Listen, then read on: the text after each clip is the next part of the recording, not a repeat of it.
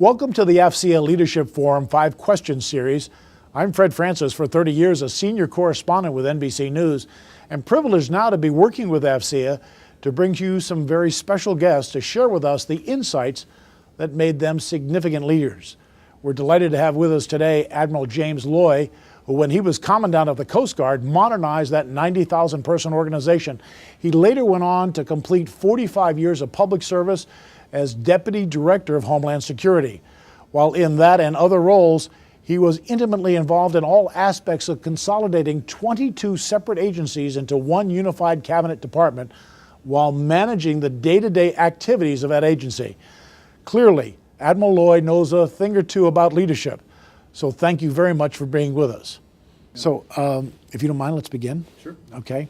5 questions, as you know. Okay. So what would you describe as the characteristic in an individual that marks that person as a potential leader?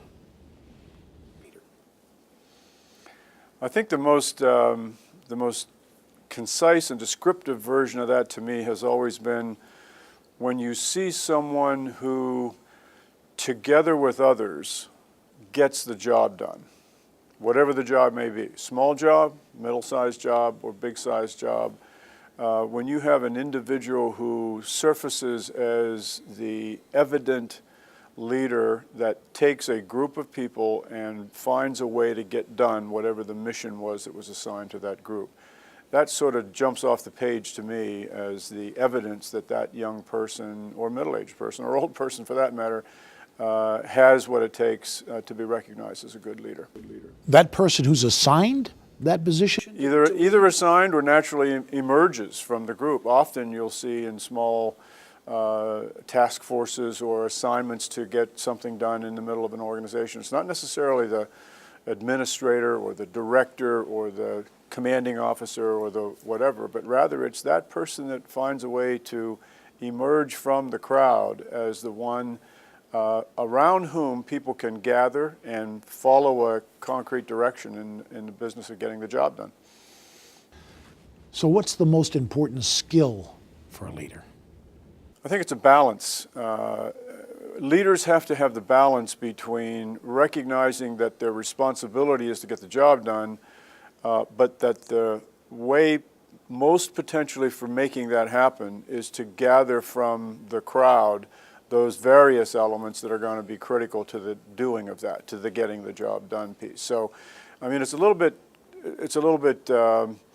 straightforward if you're talking about the Marine captain in Vietnam. It's about take the hill. There's a very finite set of things associated with that.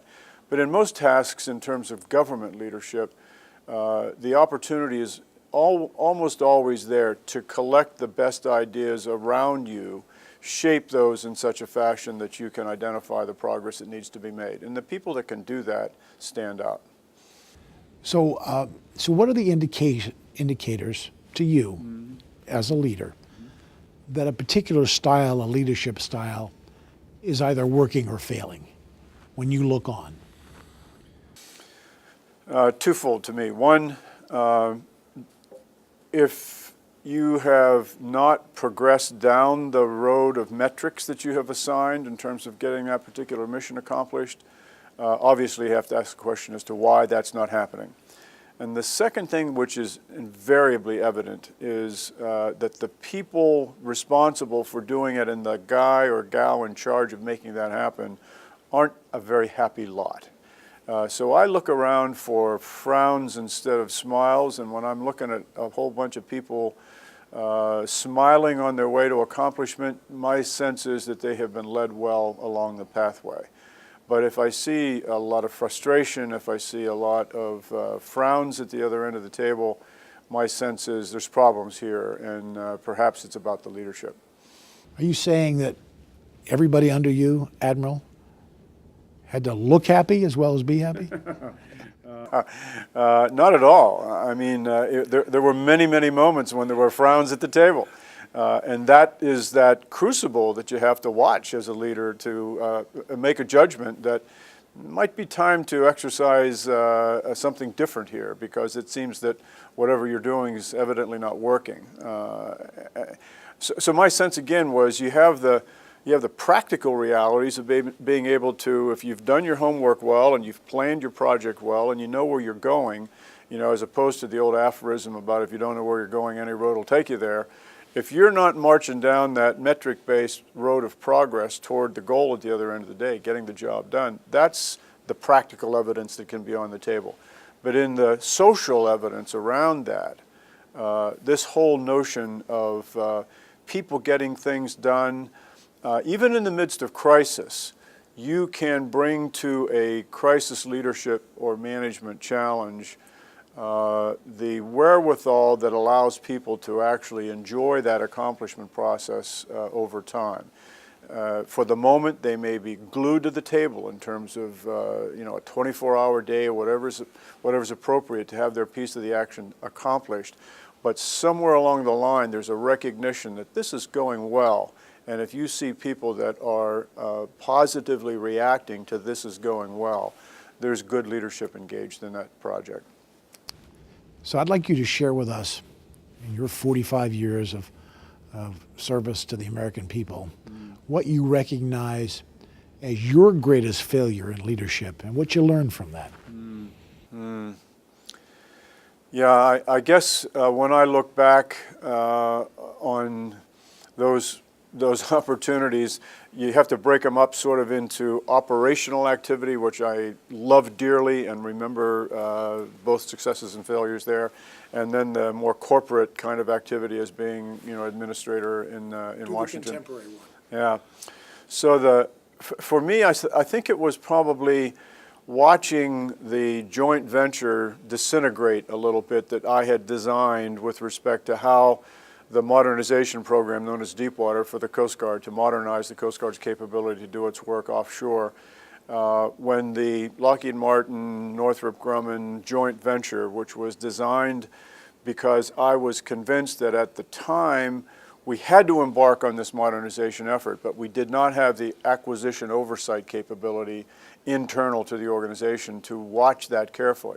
So we designed and hired a joint venture between two firms that we knew would have a lot of equities in the success of the operation to provide us that acquisition oversight. And when the patrol boat project failed because the joint venture found its way towards being a little bit of a 50-50 split, and as soon as you have 50-50, the fingers are pointing in both directions in terms of responsibility. And then when the patrol boat project collapsed so dramatically and publicly, that was a deep, deep personal regret on my part. But how was that your personal failure? Well, it was my personal failure because when you're the guy in charge, you're the guy in charge. And not unlike the president just recognized in terms of this Detroit flight thing, that after the investigation, I think he used Truman's old phrase about the buck stops here in on my desk.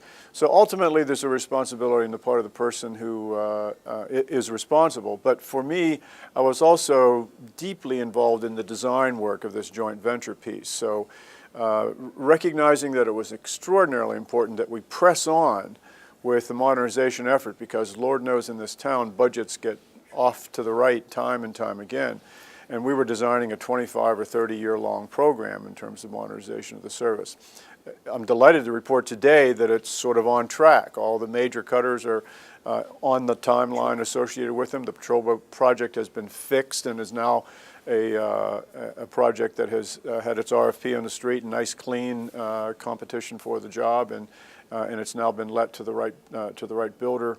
But we probably lost for the organization a year to 18 months where this unexpected, but to some degree, because of the way we designed the joint venture, it was a little bit doomed to failure up front, and I have to take the responsibility for a good piece of that.